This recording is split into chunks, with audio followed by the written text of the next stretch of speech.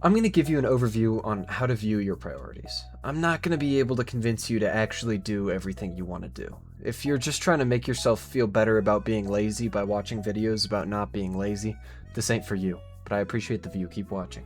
I'm also mainly framing this in the view of hobbies, though my career is technically one of my hobbies, so it will align. But there's something beautiful about being specialized, about dedicating your entire life to one subject and really becoming a true master of it. You've got fishermen spending their entire lives reading the water, artists sacrificing everything in the pursuit of perfection, athletes destroying their body for the game they love. But that ain't me, twin, and it probably isn't you. Because you never hear about Tim from accounting who drops triple doubles at the YMCA every weekend and then proceeds to ball out on his expense reports during the week. People like you and me, we want to do everything. Tim wants to do everything. And it's more than okay to be like Tim. Tim lives a good life. Tim is a baller with a good job. And as much as specialization sounds cool to me, I know that I just can't accept the fact that I need to spend my entire life doing one thing. I can't do that. No, as much as I try to focus on it, I change interests like the wind. So how do you manage that? I like to jump headfirst into things without thinking. It doesn't work, and it has only cost me over the long run. Don't be me. Start with some reflection. Understanding why you want to do something is one of the most repeated points you'll ever hear from anyone who's successful. So take some time to write down exactly why you have these things as a priority. Are you in your college major to make your parents proud? Or are you doing it because you really want to? Time for the hard pill to swallow. You can't force yourself to want to do something. For all 4 of my college years, I lived with this mentality that I would just eventually wake up and become a good programmer. I never practiced, I never developed side projects, and so I never did. I never wanted it.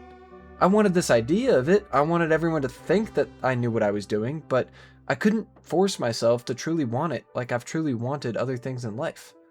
And that's what you've got to understand. There's gonna be non-negotiable priorities that you have to do even when you don't want to, sure. But when you're working towards a goal, an optional goal, a specialized goal, you have to truly want to do that thing. You can't make it up, and you can't force yourself to do it. You won't wake up one day and want it more. I wish that's how the brain worked, but unfortunately it's not. So I beg of you, take some time to ask why you want this.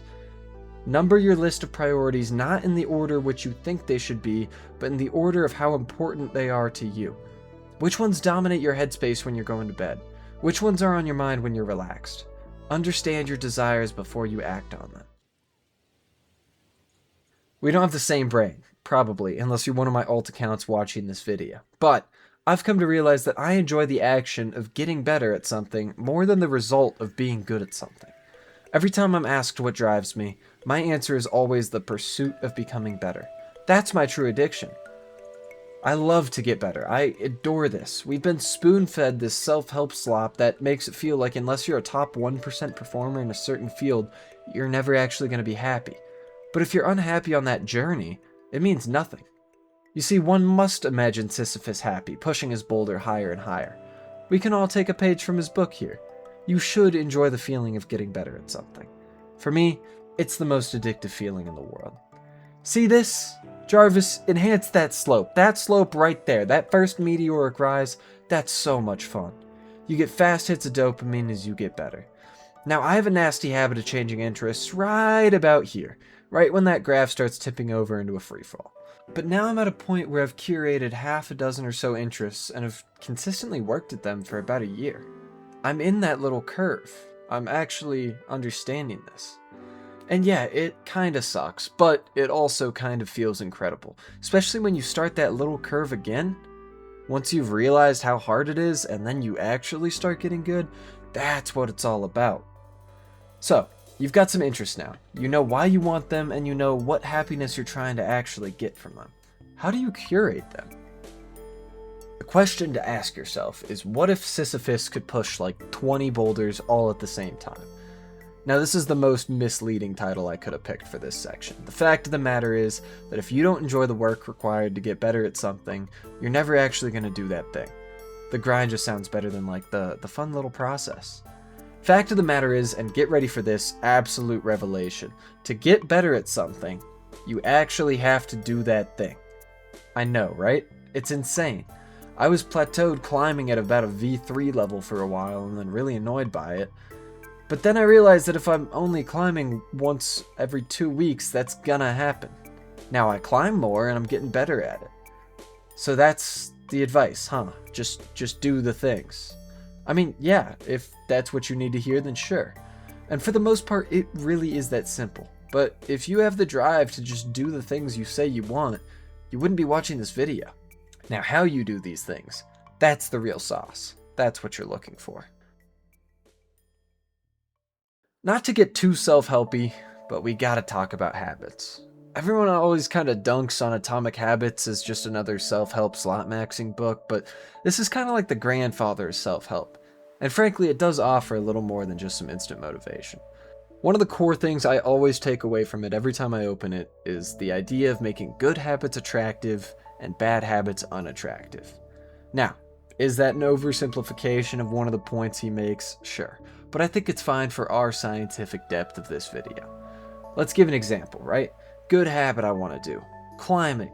Method of making it more attractive. I leave my climbing stuff in my car, unless you live around me, in which case no you don't. Now, when I get off work, and I'm not saying that I do it every day, but sometimes I go straight to the climbing gym. I'm making it attractive. Or if you want a counterexample, right? Bad habit I don't want to do.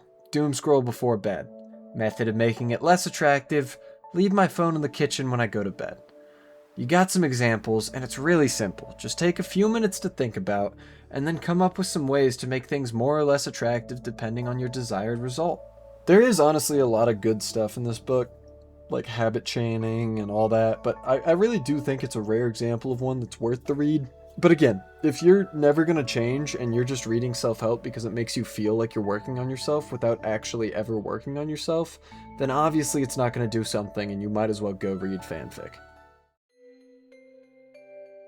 Now, if you're out there in the real world generating shareholder value, then you probably already know what minimum viable product is. If not, it's essentially the most basic bare bones version of something that fits the required specifications. Now, it's time to think of yourself as the product. Lower your standards. Look, if you say that you're going to be in the gym for 4 hours a day, 5 days a week, you're going to burn out faster than you could possibly imagine.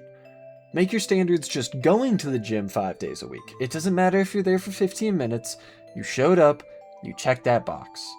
The goal of this section is to not give yourself a reason to beat yourself up. I am a chronic self-doubter, and I love jumping on that opportunity the second it presents itself. So lower your damn standards.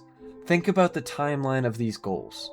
Most of them are probably long-term, year-over-year type things. So start small. If you become obsessed, you'll naturally build up. But if you start too big, you're never even going to make it far enough to feel that satisfaction. So, you've got your priorities straight. You know what you're aiming for, and you just start, doing them. You're habit maxing, and now your bar is in the proper spot. Is that it? Are you on the path to nirvana? Are you gonna soon become a polymath? Unfortunately now, you've hit the point of the limits of my advice. I'm right here too. I know what I want, and now it's just a slow crawl to getting a little bit better every day. That's it. The secret ingredient to my secret ingredient polymath maxing soup is nothing. There's never going to be an X factor that you're magically going to find, and it sure as hell won't be on a YouTube video with Minecraft footage in the background. Being great is about being so goddamn delusional you believe you can't fail. So just do the work and don't doubt yourself.